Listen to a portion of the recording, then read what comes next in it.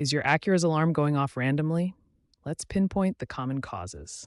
First, check your hood and liftgate switches. These can corrode or misalign, sending false intrusion signals. Next, your key fob battery could be weak, a frequent culprit, especially in extreme temperatures. Finally, consider a general system glitch or battery drain.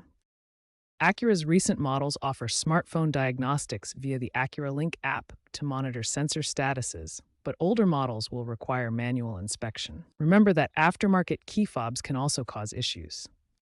You can try a few DIY fixes. Start by replacing the key fob battery, typically a CO2032. Then, inspect and clean the hood and liftgate switches, ensuring proper alignment. A manual reset might involve cycling the ignition or using the key fob to clear error codes. For persistent problems or advanced resets, an OBD2 scanner might be needed. However, if problems continue, it's time to consult an Acura certified mechanic.